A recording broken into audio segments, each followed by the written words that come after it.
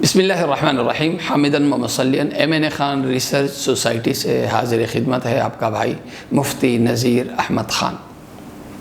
آج کا موضوع ہے حالات۔ حالات کا خالق اللہ ہے۔ اللہ حالات کیوں دیتا ہے؟ انسانیت کو اذیت دینے کے لیے یا انسانیت کی طاقت بنانے کے لیے؟ انسانیت کو تکلیف دینے کے لیے یا انسانیت کی تربیت کے لیے؟ قرآن و سنہ پہ جب ہم غور کرتے ہیں تو ہمیں ملتا ہے کہ سب سے زیادہ جن کی زندگیوں میں حالات رہے ہیں وہ حضرات انبیاء کرام سلام علیہم ہیں۔ جامع ترمذی کی روایت ہے، ایک صحابی نے پوچھا ایو الناس اشد بلاء یا رسول اللہ کے نبی صلی اللہ علیہ وسلم، سب سے زیادہ حالات کا شکار کون لوگ ہوتے ہیں؟ نبی پاک صلی اللہ علیہ وسلم نے ارشاد فرمایا الانبیاء ثم الامثل فالامثل، سب سے زیادہ حالات کا شکار انبیاء ہوتے ہیں، پھر نبی سے جو جتنا قریب ہوتا ہے اتنا ہی وہ حالات میں ہوتا ہے۔ اللہ انبیاء کو اور عظیم ہستیوں کو اللہ حالات کیوں دیتا ہے؟ قرآن میں اس کا جواب ہے کہ اللہ تعالیٰ حالات دیتا ہے انسان کی تعلیم اور تربیت کے لیے۔ ظاہر حضرات انبیاء کرام سلام علیہم کی تربیت نہ کسی مربی سے ہوئی ہے، نہ کسی ادارے سے، نہ کسی کتاب سے۔ اللہ تعالیٰ نے نبوت سے پہلے ان ہستیوں کی تربیت حالات کے ذریعے فرمائی ہے۔ ایک دو واقعات عرض کروں گا چونکہ وقت ہمارے پاس مختصر ہوتا ہے۔ ہم تھوڑا سا غور کریں حضرت موسیٰ سلام علیہ کے قصے پر کہ آپ کا بچپن، آپ کی جوانی، شہزادے والی زندگی، شہزادگی میں آپ کا بچپن، آپ کی جوانی گزری ہوئی ہوتی ہے۔ اب اللہ کی طرف سے جب ارادہ ہوتا ہے نبوت دینے کا تو نبوت کی عظیم ذمہ داری اٹھانے کے لیے ٹریننگ کی ضرورت ہے۔ اللہ تعالیٰ نے آپ کو حالات دیے۔ وہ حالات کیا دیے کہ آپ کے ایک تھپڑ سے ایک شخص قتل ہوتا ہے اور ریاست کے قانون میں آپ قاتل قرار پاتے ہیں اور آپ کو سزا پھانسی کی ہوتی ہے۔ جان بچا کے آپ نکلتے ہیں۔ مصر میں آپ شہزادے، اور آپ جب مدین جاتے ہیں تو آپ لگ بھگ 10 سال آپ بکریاں چراتے ہیں، یعنی شہزادے سے آپ چرواہے بن جاتے ہیں، اور محلات سے نکل کے آپ جھونپڑوں میں رہنے پہ مجبور ہو جاتے ہیں۔ ان حالات سے گزار کے اللہ تعالیٰ پھر آپ کو نبوت عطا کرتے ہیں۔ حالات دی اللہ نے کس لیے؟ تربیت کے لیے۔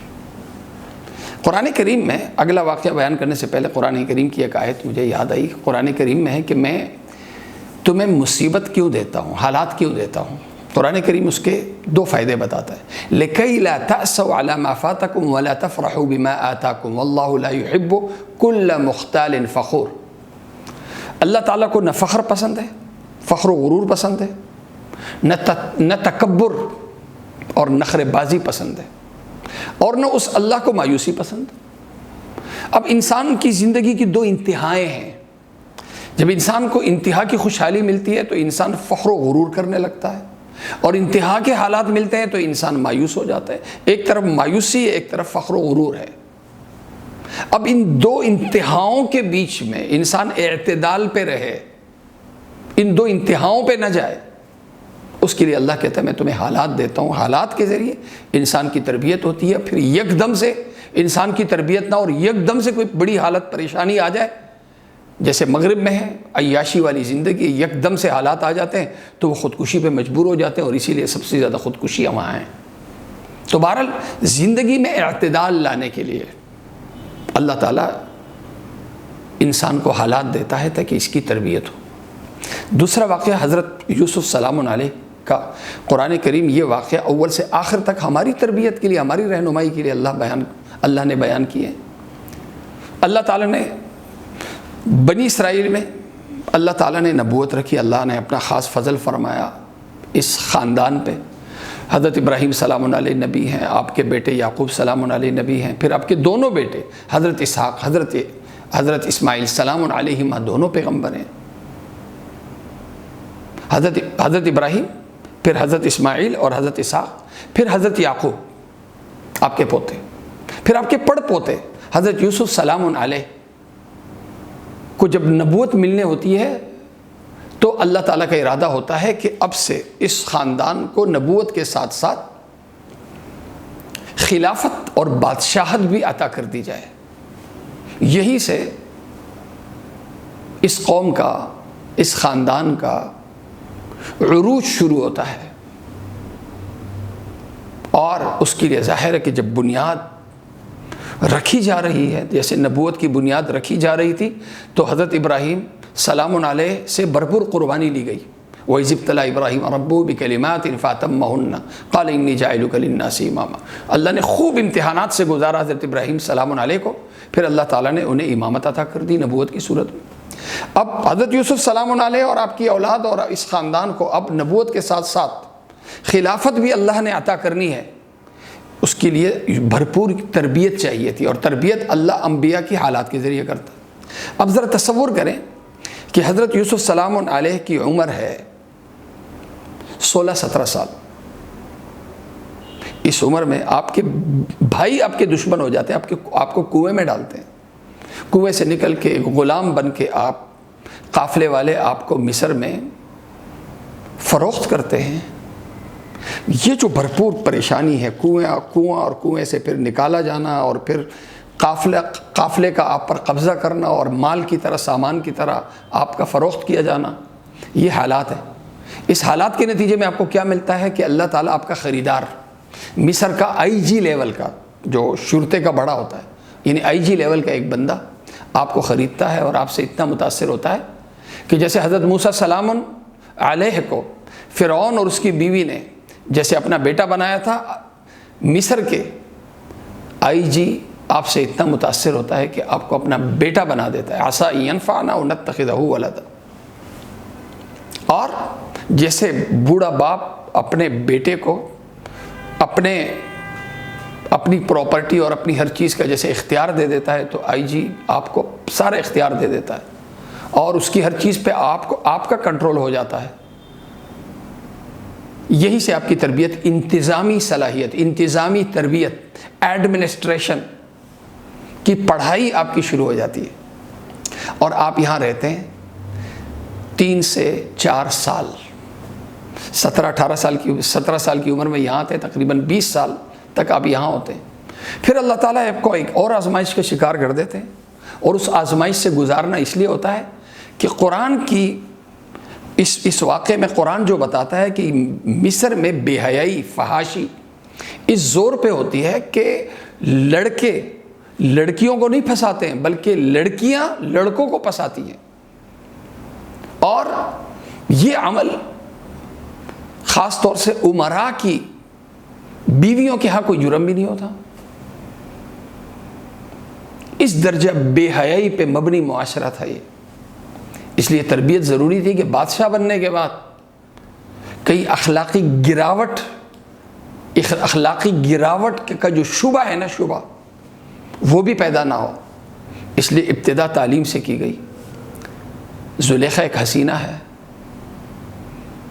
وہ آپ کو بلاتی ہے، آپ اپنی طرف سے اظہار نہیں فرماتے، وہ ڈورے ڈالتی ہے، اللہ تعالیٰ اس امتحان میں آپ کو کامیاب کرتے ہیں۔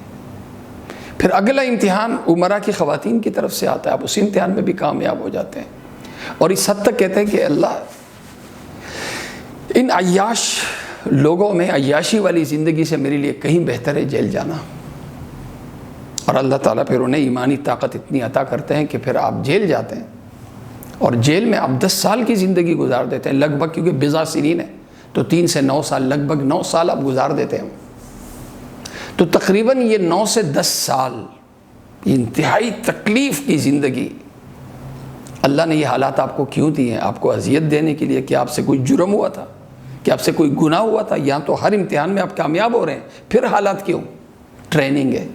30 سال کی عمر میں آپ مصر کے وزیر خزانہ اور اس کے بعد پھر بلا شرکت غیر وفات تک آپ مصر کے بادشاہ بنتے، اور آپ اپنے بھائیوں اور اپنے خاندان کو بڑی بڑی ذمہ داریاں اور منصب عطا کرتے ہیں. اور 100 سال تک پھر بنی اسرائیل میں ریاست، بنی اسرائیل کا اقتدار بنی اسرائیل کے ہاتھ میں ہوتا ہے. مصر کا اقتدار بنی اسرائیل کے ہاتھ میں ہوتا ہے.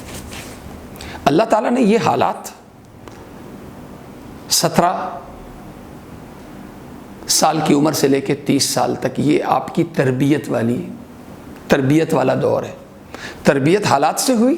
علم انبیاء کو اللہ خود دیتا ہے. کتاب کے ذریعے علم نہیں ملتا، استاذ کے ذریعے علم نہیں ملتا، اللہ خود حالات دیتا ہے. حالات سے گزارا گیا، اس کے بعد اللہ تعالیٰ نے ذمہ داری دی، اور ذمہ داری 100% ادا کی گئی. اس لیے ہم جو حالات کو دیکھ کے مایوس ہو جاتے ہیں، تنگ ہو جاتے ہیں، پریشان ہو جاتے ہیں، بحیثیت مسلمان کے ہمارا ایک فرض ہے، بحیثیت مسلمان کے، اور وہ ہے سب سے بڑی عبادت ہے رضا بقضا. تقدیر پہ اللہ سے ہر حال میں راضی رہنا. خوشحالی ہو تب بھی راضی، بدحالی ہو تب بھی راضی. ایک زبردست شعر ہے، یہ کسی شاعر کا شعر نہیں ہے، ایک وکیل کا شعر ہے، صادق حسین. اس نے ایک شعر کیا کہا ہے کہ اس شعر نے اسے ہمیشہ کے لیے زندہ جاوید بنا دیا. اس کا شعر ہے، تندیے باد مخالف سے نہ گھبرا اے عقاب، یہ تو اڑتی ہے تجھے اونچا اڑانے کے لیے. تو جو حالات کی سختی ہے نا، یہ ہمیں ترقی دینے کے لیے، ہمیں اونچا کرنے کے لیے، نہ کہ ہمیں